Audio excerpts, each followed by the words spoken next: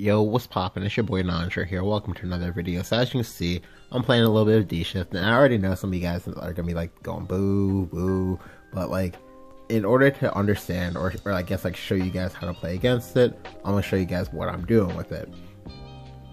So this is one of many net decks that exist for Dshift. I'm just gonna go ahead and cycle through this a little bit more. This is the one that uses two Gachimera, and obviously you can use the one Flame Destroyer, but I just like having Gachimera just because like the Gachimera doesn't always require a Dshift to go off, it just requires you to get to turn 9, whereas the Flame Destroyer usually requires a Dshift or for some like I guess like extraneous circumstances.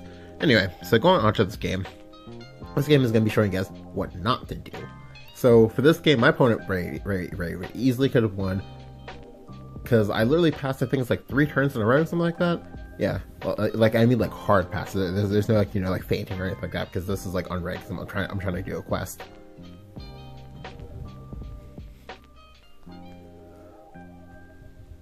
So I can see I'm versus Dragon. So versus Dragon, it's easy, but it's also hard at the same time. Like for example, if the Dragon player has like Fortes or anything like that, they're gonna be like massively favored. If they have Genesis Dragons, even better. And of course, if they're Queen combo, then yeah, that's that's rough.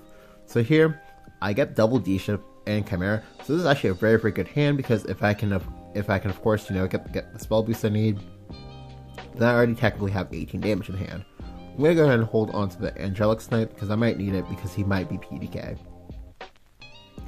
So he plays Dragon Summoner 2. That doesn't actually tell me anything. Let's go ahead and quickly check out his mulligans. He redrew 3, so I have no idea what deck he is. I also have no idea what it is I need to play around, so I'm just gonna play it safe. Alright, so here, this turn he plays Ayala. And so here, this turn, I believe, yeah, I just gonna go Sorcerer's Cast. You always want to try to get Sorcerer Cash early, especially versus Dragon, because like you want to try to speed up these D-shifts. Like you want to try to like accelerate quickly to match the ramping, because generally you can kill the Dragon player by the time they hit 10 or so. So he plays Rahab here. I'm like, okay, cool. Like so far so good. My opponent's doing like he's doing the things that he needs to be doing. So here, this turn, what I'm going to do is I'm going to give him a choice. He can choose the Fervor, which I suspect is in his hand, or he can choose to deal with this board. If he chooses to deal with this board, that'll be good for me. But here, he plays Sybil. So this is actually the worst possible outcome for me. So here, I now need to find either Magic Owl, or Merlin, or otherwise I'm going to be forced to have my turn 5 be Chimera. But as you can see, I have a lot of combo pieces in my hand that are all unplayable. I pick up the second Chimera, I'm like, oh god, please. Like, I was only allowed to brick once. If I brick a second time, I probably lose this game. Additionally, it's worth noting that I'm at 17. But here, he does some like really weird shit. Okay, so I don't think that you're hurting so desperately for 10 mana that you're willing to play a Sky Dragon Epica, and then also use your last evolve points. So now I have no idea what he's playing, but I also know he doesn't have combo. I pick up the second Chimera, I'm like, oh god, no. Yeah. But let me go ahead and pause here. So, to be honest, it's one of those, if you're paying very close attention to the Dshift player's turn, then he should 100% know that I instantly passed and floated 6 mana. I have a bad hand. You need to capitalize on this.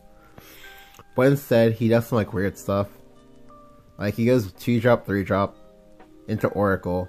Didn't even Oracle first, the Oracle Blast, classic Dragon player, and then floats 2 mana back. So like, he's not doing anything. But here I get to go Golem Assault. But this is still not doing anything. I can still die here. If he was Queen combo the entire time, I just died. But here he goes Fervor instead of playing out cards. Like what? Why are you doing this? It's very important that you play for tempo as the not Dshift player, which now lets me just go 2-drop, 2-drop, 2-drop. So now I have 3 wards in play. Well, really just 2, but I can still die here. I can still die because I haven't managed to set up everything perfectly. At least not yet. I go ahead and evolve. I make the evolve because I actually do need to get this out of the way, because I don't want to die to Queen combo. I don't want to die to anything silly, so I'm just going to do this. It does play in Breathless Dominator, but I'm happy if he wants to Breath of Sovereign, because that means he's doing, like, not good things this turn. Again. Here, he's another Breath of Sovereign, and I'm like, okay, alright, cool. So I've now made it to turn 9. But my hand is still awful. Like, I mean, I've made it to turn 9, and I have 3 Dshifts, so I know you're saying, oh, how can it be awful? But it was actually awful. Until this happens, until I pick up the owl. So now, I've gotten 4 spell boosts on I've gotten 3 spell boosts on 3 of my Dshifts, and 4 on one of them. Which now lets me go first Dshift, into Chimera, and now that's the whole game. Now, if you notice, if you look at my HP pool, you will know that, like, literally, he could have played anything in the world and I would have died. Like, please play out, just hard cast up, just hard cast Bahamut, just hard cast Inish, just hard cast a Forte. If he had done any of those, I would have lost. I literally just straight up would have lost because I didn't have an answer to it. I physically didn't have an answer to it. And this is why it's very, very important that, like, that when your opponent is playing their turn, they look and see the speed of which they made their turn.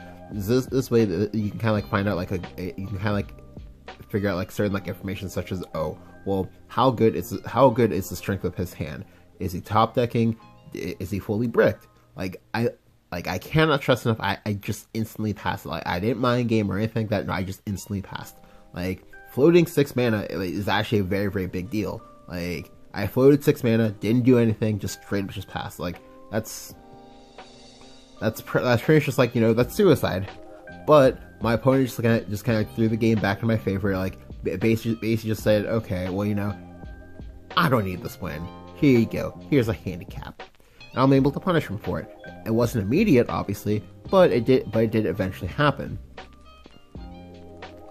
So yeah. So again, for those of you guys watching, like, it's very, very important that, like, that you play for tempo and you abuse the fact that, like, sometimes the Dshift player can brick. Like, sometimes we actually brick.